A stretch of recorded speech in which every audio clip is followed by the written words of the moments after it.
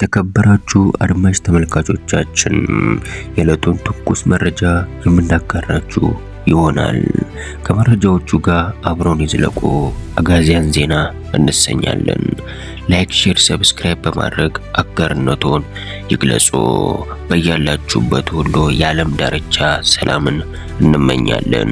በቅድሚያም አርዕስተ ዜና እናጠናክራለን። ፕሬዝዳንት ኢሳያስ አፈወርቂ ቃለ መጠይቅ ማድረጋቸው ተሰምቷል። ስለ ኢትዮጵያም ጠንከር ያለ ትችት ሰንዝረዋል። ጥንቅሩን ይዘነዋል፣ ተሰሙታላችሁ። በአፋር ሐራ ነጻ መሬት መደራጀቱ የሚገለጸው የትግራይ ሰላማዊ ኃይል ከትግራይ ሰራዊት ጋር በደቡብ ምስራቅ አካባቢ ውጊያ ማድረጉን አሳውቋል። በዝርዝር እናሰማችኋለን። የቀድሞ የኢህአዴግ ባለስልጣን ከሚስትና ልጃቸው ጋር በከባድ ሙስና ወንጀል በብልጽግና ተከሰው ፍርድ ቤት መቅረባቸው ተሰምቷል። እነኚህንና መሰል ዜናዎች የምናሰናዳ ይሆናል። አብረውን ይዝለቁ።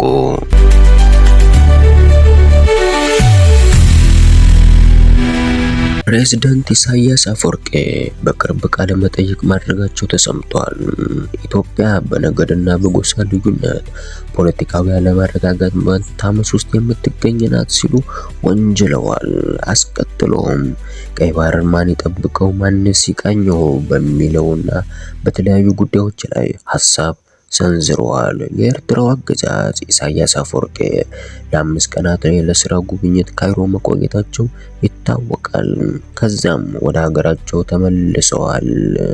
በግብጽ መገናኛ ብዙሃን ሚዲያ ጋር በአረበኛ ቆይታ ያደረጉት አዛውንቱ መሪ ኢሳያስ በቃለ መጠይቃቸው ላይ የአፍሪካና የአፍሪካ ቀንድ ሀገራት ችግሮች እንደተለምዶ ምዕራባውያኑን ተጠያቂ አድርገዋል።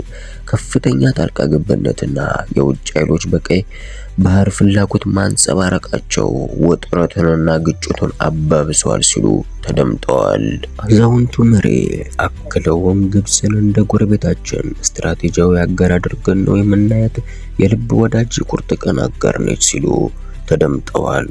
ፕሬዝዳንት ኢሳያስ እኛ በቀይ ባህርም በናይል ጊዮን የምንሰባጠር አጋር ነን ሲሉ ወዳጅነታቸውን አጽንኦት ሰጥተው አንጸባርቀዋል። የአፍሪካ ቀንድ ችግር ተግዳሮት ያለመረጋጋት ምክንያት ኢትዮጵያ ናት ሲሉ ተደምጠዋል። አክሎም ላለፉት ረጅም ዓመታት ውስጥ በኢትዮጵያ በጎሳና ነገድ ግጭት፣ ቀጠናዊ ያለመረጋጋትና ሰላም መደፍረስ ይስተዋላል ብለዋል። ይህ የውስጥ ችግር አልፎ ተርፎ የቀጠናው የአፍሪካ ቀንድ ችግር መሆኑን ገልጸዋል። ፕሬዝዳንት ኢሳያስ አፈወርቂ የቀውስ ቀጠና ናቸው ብለው በማስከተል ስለ ሱዳን አሁናዊ ፖለቲካ አለመረጋጋት፣ የሶማሊያ 3000 ኪሎ ሜትር የባህር ግዛት ሰላማዊነትን አለመረጋገጥ፣ የየመን የባህር ወንበድናን በተያያዥ ሁኔታ እነኚህና መሰል ጉዳዮች ለኤርትራ ስጋትን አጭሯል ሲሉ ተደምጠዋል። የእነኚህ ሁሉ ችግር መሰረታዊ ምክንያት የውጭ ጣልቃ ገብነት ነው ሲሉ ገልጸዋል። ለባለፉት ረጅም 10 ዓመታት በፖለቲካ በጎሳ በቤተ እምነት ጣልቃ ገብነት በጣም ይስተዋላል ሲሉ ገልጸዋል። ይህም በማህበረሰብ መካከል የሚገኘውን ጤናማ መስተጋብርና የሚሸራርፍና የሚንድ መሆኑን አሳውቀዋል። በቀይ ባህር አካባቢ ግዛታዊ የባህረ ሰላጤ የባህር ወንበድናን መከላከል የባላገራቱ ድርሻ ነው ሲሉ አስከትለውም ዓለም አቀፉ የውሃ ስምምነቶች ባገናዘበ መልኩ መተግበርና ደህንነቱን የማስጠበቅ የኛ የቀይ ባህር አባል ሀገራት እንጂ የሌላ ሀገር ጣልቃ ገብነት አያስፈልግም ሲሉ ተደምጠዋል። አዛውንቱ መሪ ኢሳያስ ይህንን ሲሉም በጎረቤት ሀገራት ጦርነት በቀጥታም ሆነ በተዘዋዋሪ እጃቸውን የሚያስገቡት ኢሳያስ አፈወርቂ በሱዳን ጦር አሰልጥነው ልከው ሌሎችንም ሀገራት ጣልቃ አትግቡ ሲሉ ተደምጠዋል።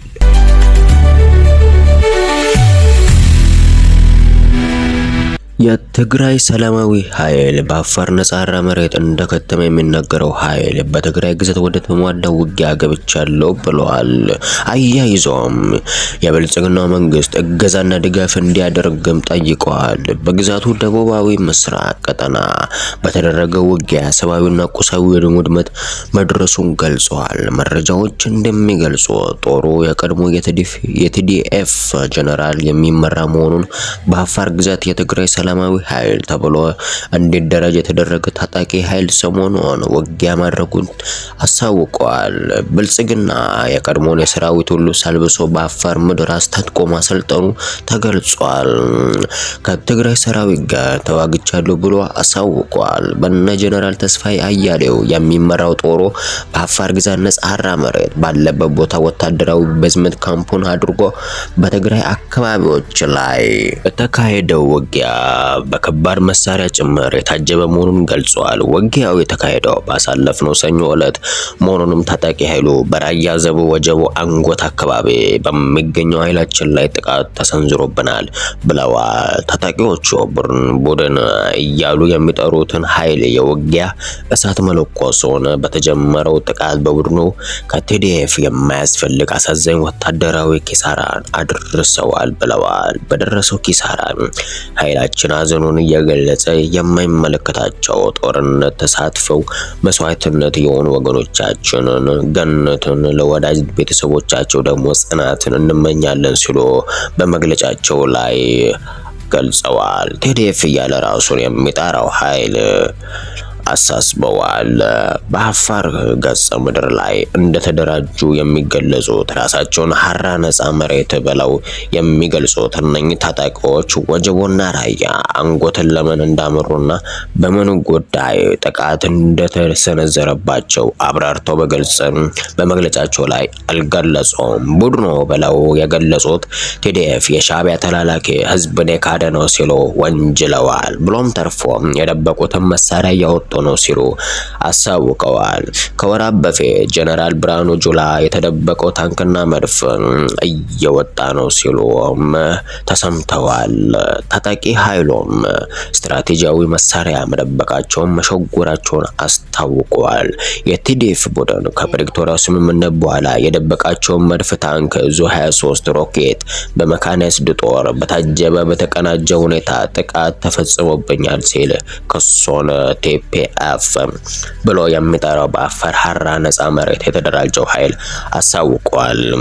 ጥቃቱ ወደ ውጊያ ማደጉን ገልጿል። ቲፒኤፍ በመግለጫው ጥቃቱ በሰላም ስምምነቱን የጣሰና ያኮሰመነ ነው ሲሉ ተደምጧል። ቲፒኤፍ ላይ ተኩስ መክፈት በደቡብ አፍሪካው ስምምነት መጣስ መገርሰስ መሆኑን አሳስበዋል።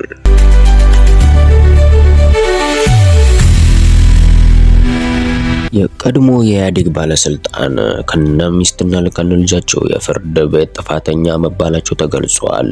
ብልጽግና የከሰሳቸው እኚህ ባለስልጣን በ100 ሚሊዮን ብር ከባድ ሙስና ወንጀል የተያዘ ክስ ነበረባቸው።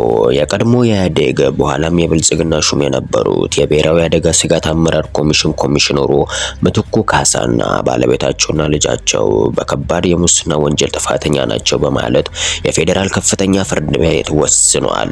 በምትኩና በቤተሰቡ ላይ የጥፋተኝነት ውሳኔ ያሳለፈው የምግብና መጠጥ ተረጂዎችን ቁጥር በማጋነንና በማግዘፍ የእርዳታ ግብዓቶችን ከመጋዘን በማስወጣትና መንግስታዊ ካልሆኑት የኤልሻዳይ ተራድኦ ግብረሰናይ ድርጅት ጋር በመመሳጠር እርዳታውን ለነጋዴዎች በመሸጣቸው ለግል ጥቅማቸው አውለዋል በሚል ነው።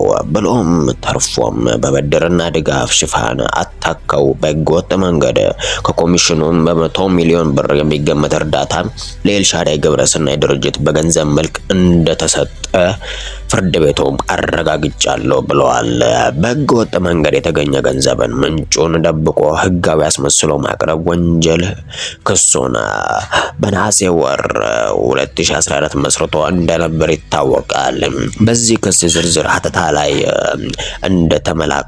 እንደተገለጸው አቶ ምትኩ ካሳ ኤልሻዳይ ሪሊፍ and Development Association ዳይሬክተር የማነ ወልደ ማርያም እና ከሌሎች ባልደረቦቻቸው ጋር ያልተገባ የጥቅም ግንኙነት በመፍጠር በሺዎች የሚቆጠሩ ተረጂዎችን ስም የተረጂዎችን ቁጥር በማጋነን በማጉላት ለበርካታ ጊዜያት ከኮሚሽኑ መጋዘን የእርዳታ ቁሳቁስ በማውጣት ለተጎጂዎች ሳይደርስ ለዱቄት ፋብሪካዎች ለተለያየ ግለሰቦች በመቸብቸብ በመሸጥ ህገወጥ ሀብት ሲያግበሰብሱ እንደነበርና ለዚህ ተልዕኮም አቶ ምትኩ ካሳ በቤተሰቦቻቸው ስም ከኤልሻዳይ መንግስታዊ ካልሆነ ድርጅት ከፍተኛ ሙስና ወንጀል ማጭበርበር በመፈጸማቸው ነው ብሎ ፍርድ ቤቱ አሳውቋል።